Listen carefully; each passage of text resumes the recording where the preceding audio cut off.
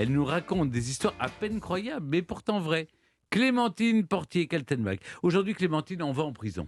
Ah oui, Sans tout à passer par la fait. case Mais départ. écoutez, c'est quand même une prison très extraordinaire parce qu'elle était réservée aux comédiens indisciplinés ou aux directeurs de théâtre. Vous aviez déjà entendu parler de Non, ça, jamais. Mathieu, Non, ça jamais? me fait peur. Elle se trouvait, voyez où est la Samaritaine dans Paris, Oui, le Pont-Neuf, tout voyez, à fait. c'était dans ce quadrilatère-là. Alors, dans cette prison, comme dans pratiquement toutes les autres à l'époque, le menu fretin est très très mal logé, est entassé toute la journée dans des geôles où l'air ne circule pas. Mais ceux qui ont les moyens se payent une chambre particulière, richement meublée, un peu comme à la Bastille d'ailleurs. Et ils sont servis par des domestiques.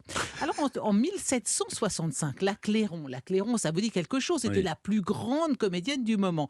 Elle y est conduite en carrosse, s'il vous plaît, parce qu'elle a refusé de jouer le siège de Calais. En fait, il y avait une sorte de cabale de tous les comédiens contre un comédien qui avait menti en prêtant serment. Ils n'étaient pas contents du tout, ils voulaient l'expulser, ils n'y arrivaient pas. Donc, elle proteste. Allez hop, Madame Clairon, en prison. 5 jours d'incarcération quand même, pour avoir refusé de jouer la troupe. Et elle reçoit tout Paris de manière absolument princière dans sa prison.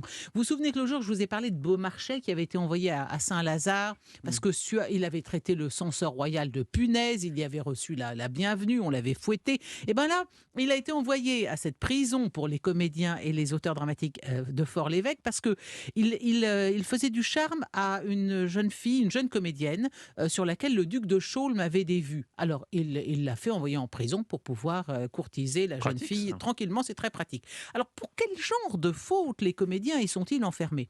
Pour manquement aux ordonnances du roi sur les spectacles et quand ils se sont écartés du respect qu'ils devaient au public ou à messieurs les gentilshommes de la chambre qui avaient la direction des théâtres.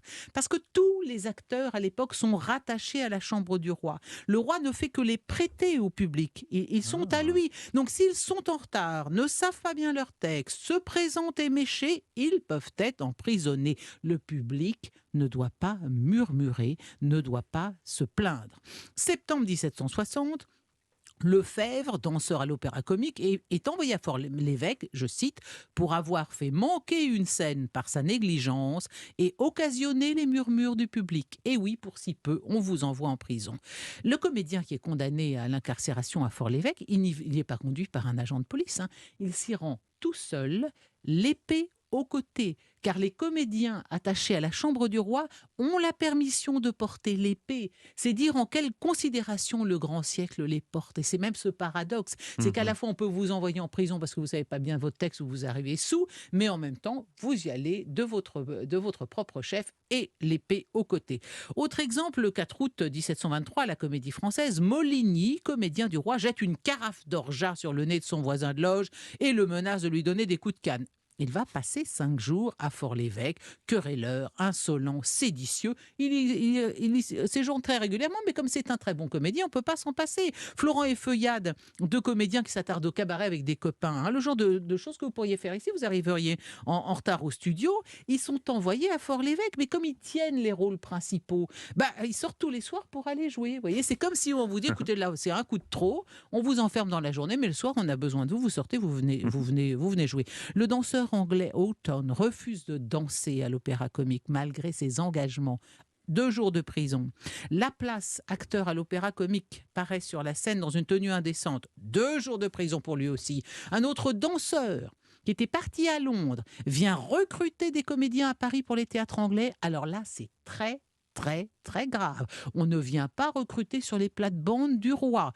3 mois à Fort-l'Évêque. C'est sans doute la peine la plus importante qui a été infligée à un artiste ou un comédien à Fort-l'Évêque. Alors là, celle-là est amusante. C'est une comédienne qui est emmenée à Fort-l'Évêque parce qu'elle a choqué les dames. Elle a chanté « Mon Dieu, je suis foutue » au lieu de « Mon Dieu, je suis perdue ».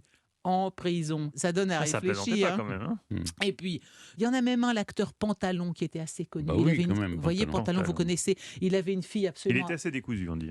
Exactement. Une fille qui était absolument adorable, qui s'appelait Camille et qui plaisait beaucoup aux spectateurs. Et Oui. il avait signé un contrat pour qu'elle aille jouer auprès du roi de Prusse. Et les spectateurs parisiens étaient furieux, sont allés se plaindre au duc de Gesvres, premier gentilhomme de la Chambre. Il a prié Pantalon, il a dit: Monsieur, vous faites murmurer le public, je vous prie de vous rendre à Fort-l'Évêque. Il y est allé de son plein gré. C'est ça qui est magnifique. 3 jours de prison parce que le malheureux avait pensé que sa fille pouvait faire carrière en Prusse. Bon, le dernier comédien incarcéré, c'est pour un duel. Il s'appelait Florence. C'est un grand comédien de la comédie française. Il est en retard pour rentrer sur scène. Alors il y a une sorte d'appariteur à l'entrée du théâtre qui lui dit: mais dites donc, vous vous fichez du monde, vous êtes en retard, tout le monde vous attend. Ils sont costumés en romain, ils s'énervent, ils se mettent à se battre en duel au fond de la scène tous les deux. Les spectateurs évidemment s'imaginent que ça fait partie du spectacle, mais pas du tout.